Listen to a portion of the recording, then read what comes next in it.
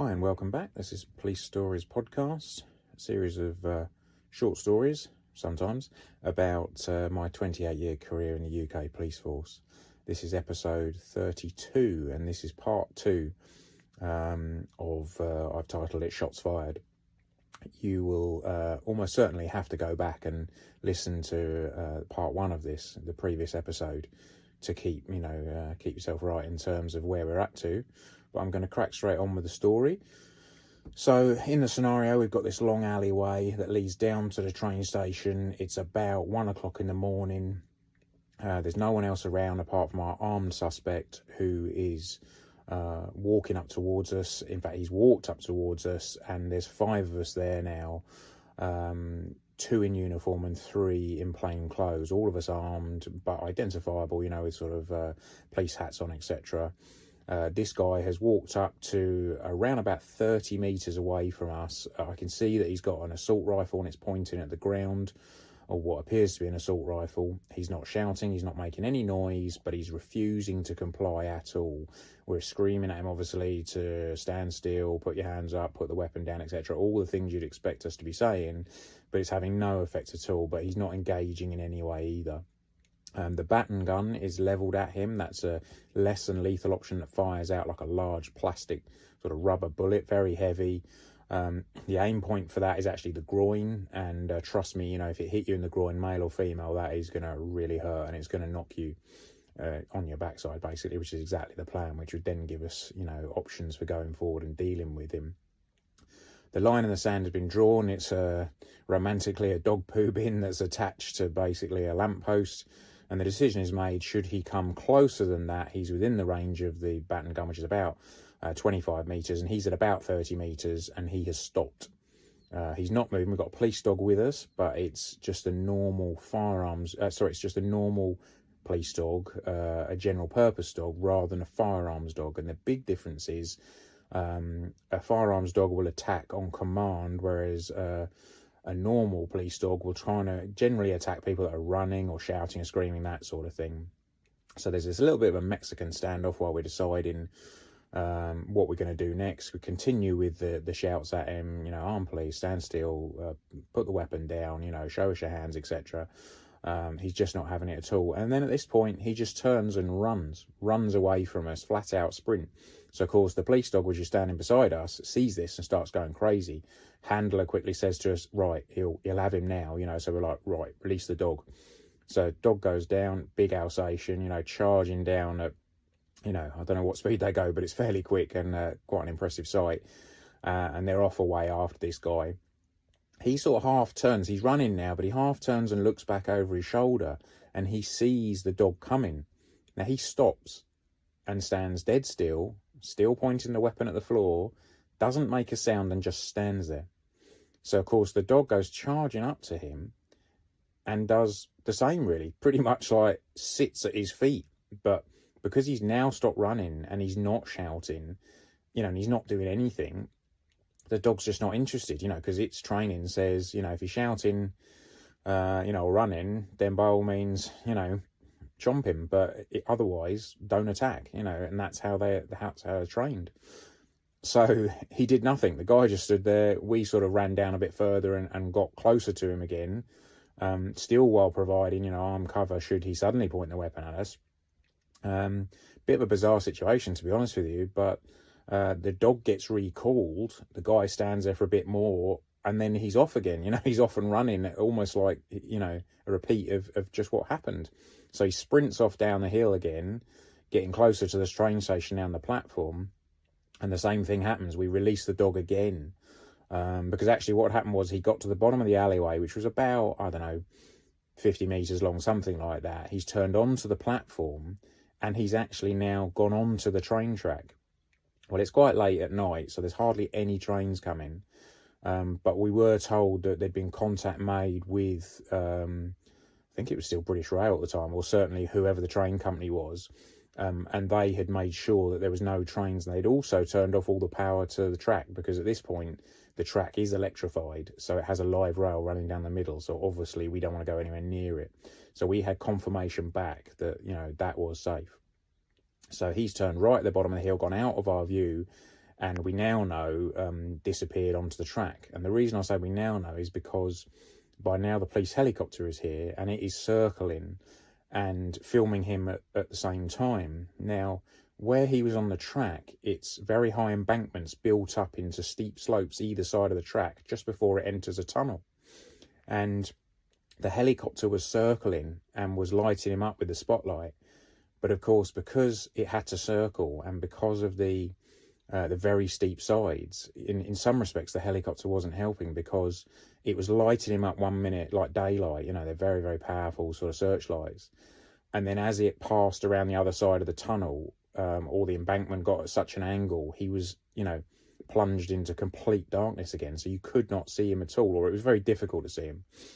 And because the light was so bright, it was kind of half ruining your night vision, because it was going from, you know, daylight to nothing at all, you know, pitch black and then back again. So in some respects it wasn't helpful, but I know, having seen the footage, that basically he had run onto the track.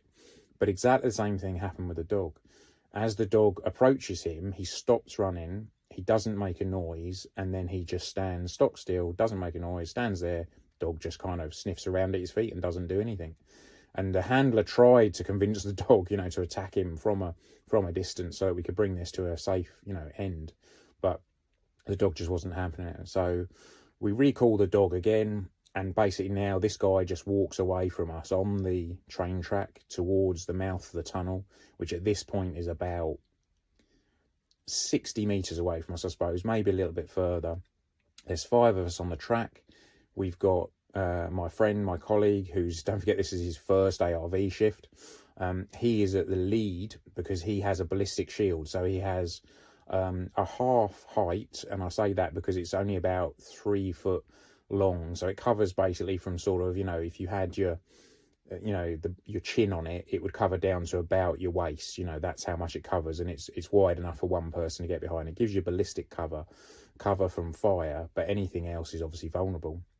So we formed into a bit of a snake, really, with my pal at the front with the ballistic shield, me second in line, and then another, there would have been 3 others behind me, and we set off after him, but we were all trying to tuck in behind the shield as best we could. At this point, I said to my pal with the shield, you know, look, if he turns and points at that gun at us at all, I'm going to step to the left of you and you're going to go deaf. Because I wanted to make it very clear that, for God's sake, don't step to your left. You know, if he points that at us, you stay exactly where you are and let me step off, because potentially I'm going to take the shot, if that's what's required. And obviously making the point that the gun will be going off right in his ear, and he's probably going to, because obviously we're not wearing ear protection at this point, this isn't the range, this is real life. So yeah, the gun's going to go right off in his ear, and I thought it'll probably end up deafening him. So we continue off down after this guy. He's now about 40 metres ahead of us. I've got my MP5 kind of in the... it's not the aim position because I'm moving, so I would never have finger on trigger, safety catch on fire if I'm moving. The moment I stop and take up a good stance, then I'd go into the aim position. But at this point, we're just kind of matching him. We're just kind of tracking him. 40 metres ahead of us. He gets to the mouth of the tunnel, and he turns round and faces us. And, you know, all I'm focused on is that gun. You know, it's very clearly, or certainly looks like, you know, a large sort of assault weapon, and pointing at the ground. At no point has it pointed at us, and therefore, you know, I certainly didn't feel at that point we could justify the shot. So he's turned around and looked at us, and then he's carried on briefly, and then he stopped again. And I can see this as clear as day, even though this is now 22 years ago, something like that. As he slowly turned towards us, he slowly started raising the weapon as well, and got it to a position where it was pointing directly at us, you know. So as I see this happening, and it very much happens in slow motion, I step to the left of the shield, exactly like I've just warned my pal. The weapon is now directly pointing at me. He is pointing a gun at me. As far as I'm concerned, you know, It's a real weapon and it's loaded, because you can't treat weapons in any other way. You know, you can't second guess them or look at them and go, oh, I think this might be a whatever, I think it's a toy, you know, it could be, it could not be, you know, that just doesn't enter the equation. So I've come into the aim position, the MP5 is in my shoulder, I've got a red dot sight on the top, I'm safety catch on fire, finger on the trigger, and I put the red dot. Now, this is a red dot that stays within the sight. It's not like on the films where it projects a red dot onto him. He's about 40 metres away. I put the red dot onto the centre of his chest, which, if you remember, is our aim point, that the biggest, you know, body mass that you're most likely to hit under stress. Because don't forget, we've run off down the hill after this guy now, so we're puffing and panting, plus adrenaline is through the roof, presumably. I don't remember it being like that at the time, but it probably was. And squeeze the trigger and feel the slight recoil, because it's a 9mm MP5, so there isn't a lot of recoil in it, and I've fired them thousands of times before, so I'm very ready for what it's going to feel like, what it's going to happen. But several interesting things happened at this point that I kind of now know why, but I very distinctly remember them. The first was, it happened in slow motion. Now, if you ever read up about, you know, psychology and stressful situations and that, lots of people tell you it happens in slow motion, and for me this day, that's exactly what happened. The other thing is, I very much got tunnel vision, which was apt because he was on the mouth of a tunnel, but all I remember, it was like looking through a pair of binoculars, you know, and all I was focused on is that weapon, because that weapon is what's going to do the damage to me. So, you know, I'm not really worried about his foot or his head or anything. It's just that weapon and what his hands are doing on that weapon. And it's very easy for me, very easy decision, because I'm an armed officer and he is pointing a gun at me in a firing position. So for me, it's absolutely black and white. I know what I had to do. The other thing is that I got what's called auditory exclusion, which is, again, your brain is operating at maximum capacity. Now, I can tell you, for me, that's not very high, but it decides the most important thing I need at that time in terms of my senses is my eyesight. So supposedly it gives me, you know, very good vision. It puts all my sort of brain power into my vision, which is probably why I got this sort of binocular view. But more importantly, it basically shut my ears down. Now, that sounds ridiculous, but I'm telling you, I never heard the shot. Sure enough, my colleague next to me couldn't hear anything for about a week after this, but I did not hear the shot at all. So I've squeezed the trigger and I fired off the first round, and the bad guy bends double at the waist, like he's been hit by a bullet in the guts, effectively. Now, he's still got hold of the weapon, but it's now pointing at the floor, because in my mind, the impact has knocked him back. And so, you know, he's still a threat. He hasn't dropped this weapon. He hasn't even got to stand upright. He can just raise that weapon from his bent over position and still point and fire it at us. So I waited a second, because remember, we're not the military. We don't fire off, you know, bursts of automatic fire. We fire single aim shots that we have to account for every single one. You know, first one could be justified, second one could be murder. So you really have to be sure. But don't forget, this is all happening at 1,000,000 miles an hour. You know, it's not like I'm standing there and having a nice, you know, cup of tea and I think about what I'm going to do. And like I said to you before, this is the problem when these things go to court or complaints come in and look at this. You know, they have time to sit and consider and take in all these things. You know, we've got split-second decisions to make. I was happy he was still a threat. I'm also aware that I am probably blocking everyone else's shot from behind me, because I am the only one who's in a position to take the shot, really, because unless my colleagues fan out behind me, you know, I am standing in their way. So I put the red dot onto him again, and squeezed off a second round, and there was about a 1 or 2 second gap, something like that, between the first and second shot. Now, this time, he goes flying back through the air very dramatically, like something you'd see on a film, literally. He hits the wall of the tunnel, which is beside him and behind him. The gun sort of comes flying up into the air, and then he still got hold of it. He slides down the wall very slowly before tipping forward onto his face. He ends up face down with the weapon just a little bit off to one side, on the floor, but not in his hand now. and then he's completely still. Now, what they tell you in training is that if ever you're in a position that you have to take the shots, or you're on a job and somebody does the shooting, they say that the whole world just stops for a second, and you really need someone to kickstart the next process, of which we were very well versed in. And that's exactly what happened. The whole world just stopped. Everyone just stopped. And it was probably only a split second before my colleague said on the radio to the helicopter, shots fired. It's shots fired by police. We need an ambulance, please. And then he sort of cut off. But I didn't hear him say that, but I did hear it in my earpiece on my radio. And that was what it took for us all to kickstart. Now, like I say, the delay between the shots and us getting going was 2 seconds, but it seemed like quite a long time. So we all ran forward, me leading now, and my aim was to get to him before he could get anywhere near that weapon. Now, to my horror, as I closed him down and got within about 10 metres of him, his hand started extending out, reaching for that weapon again. And I couldn't believe it, because I thought, I was convinced I'd shot him twice, and I was thinking, please don't make me have to do this again. Because now it's very dark in the tunnel.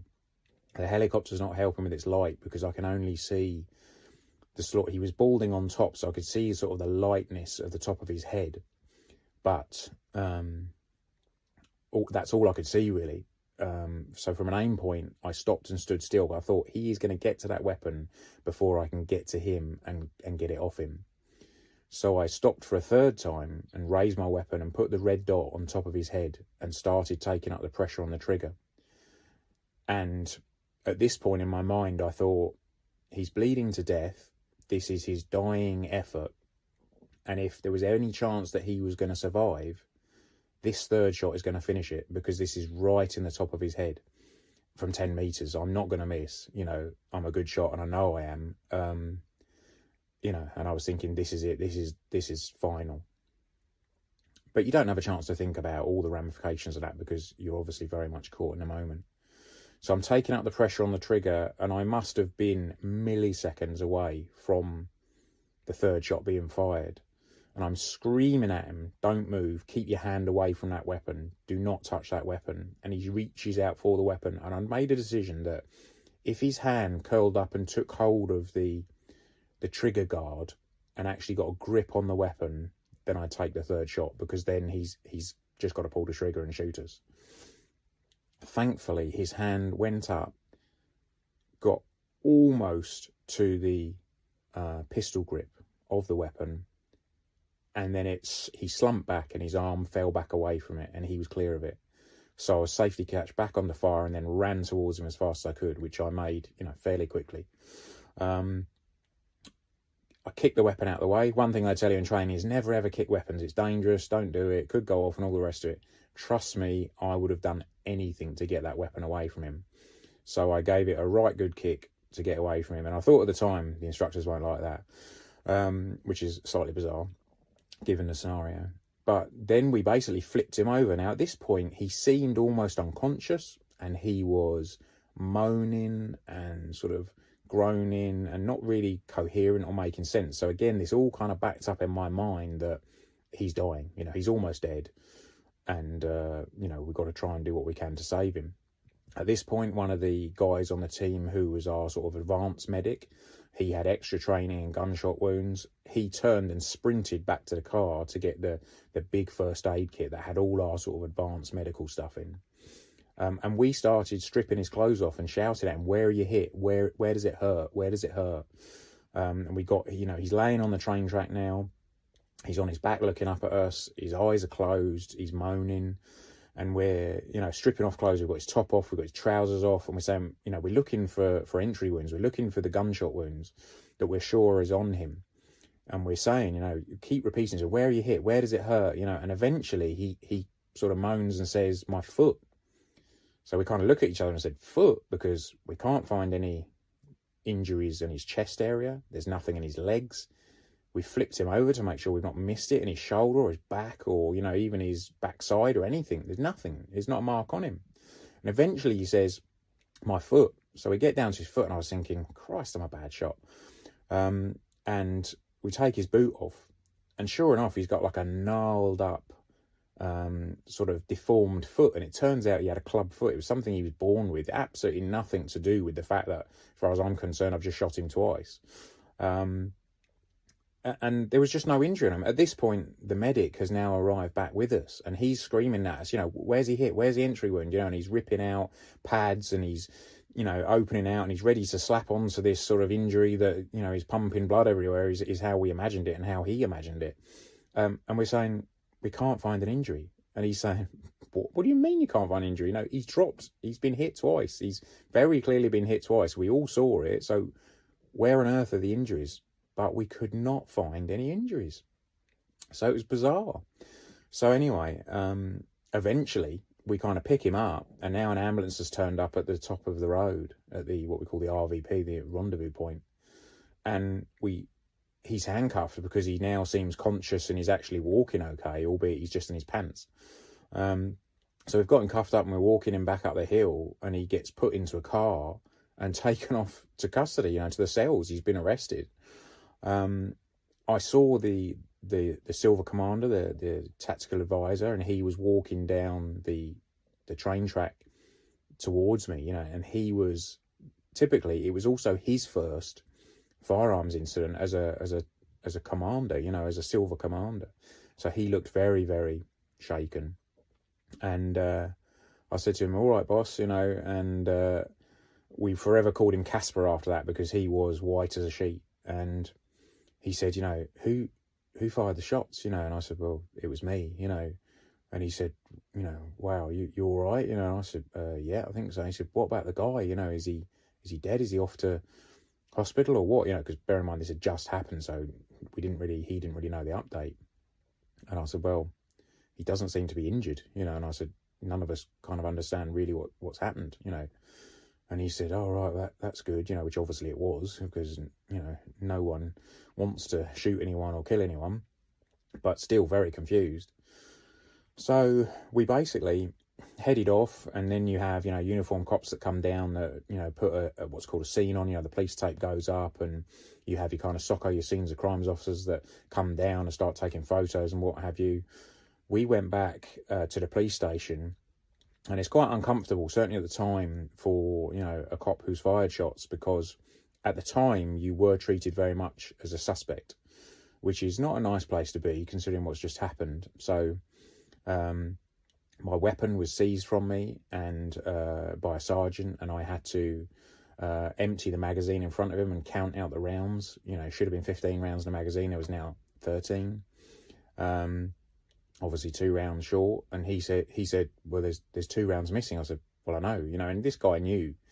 I was like, of course there is. I fired twice. I'm not denying that. There's no doubt in it. And we're still all in a little bit of a shock, really, at just what has happened. But what should happen then, and this had just come into being, there was something called the PIP system that comes in after a police shooting. And it's a post-incident procedure. And what happens is, there is a preset thing that happens, sort of forced solicitors come out and speak to you. They potentially have a counsellor come out. The federation, the police federation, comes out, which is effectively like your union, if you like, that sort of looks after you in times of trouble, This all should sort of swing into action. And it was a preset procedure, but it had never been used before in anger. And certainly the tactical advisor and the firearms commander, so that would be the bronze and the silver commanders. Or in fact, actually, the TACAD is not a bronze, actually. That's the sergeant on the ground, if there was one, or certainly the sort of senior officer on the ground. Silver was the chief inspector, and there was a gold commander as well, which in this case was a superintendent, which is quite common. And he said, well, no one's been injured. There doesn't need to be this PIP system to come into place. But the Silver Commander and the TACAD, the tactical advisor, very much pushed him that we really should do this because no one's been injured, but this is the perfect opportunity to run through that scenario. And at the end of the day, one of our guys has still fired shots. And most people at this point, including myself, were assuming that I'd missed him twice, but it just did not make sense because the way he'd reacted, he'd bent double at the waist and then he'd gone flying back through the air. What on earth made him respond to that if he wasn't shot? But then I couldn't account for why is he not injured. It was just, as I say, very strange. And I had really mixed feelings because I've gone from being convinced I've killed this guy to, quite frankly, elated that I haven't even injured him, to then thinking, well, actually, I've not done my job. I'm a firearms cop and I needed to sort of neutralise this threat, and I haven't, although you could argue I had. I mean, in some respects, it was the best possible scenario because, yes, I've had to fire shots, which is bad enough, but, ultimately, no one's been injured. So really, it's a win-win. But yeah, it left me very much with mixed feelings. So what happens is you make quick notes in your notebook, but nothing too detailed, because they say you should leave it 24 to 48 hours before you sit down and make a really detailed statement, because it can take you that long for your brain to process everything that's happened. And then eventually we went on to do, a sort of full debrief where we sat around, and it was quite interesting to chat to the guys afterwards. All the team that had a good view on the guy at that time all had their weapons raised and said that they were actually, again, taking up the slack on the trigger, about to take the shot themselves when my shot rang out. And the only reason that I shot him before the others did, not because I'm clever or, faster or anything like that, purely because I was pretty much at the head of the group. My colleague who was carrying the shield wasn't really in a position to fire. So it was down to me, and that's why it was me rather than the rest of the team. But it was quite comforting for me to know that they were also feeling that was the action they needed to take. So I didn't feel quite so much out on a limb. But now starts a period of what can be quite a terrible time for a firearms officer, and the press, never appreciate this. You're potentially feeling bad enough as it is, and I was offered, time off.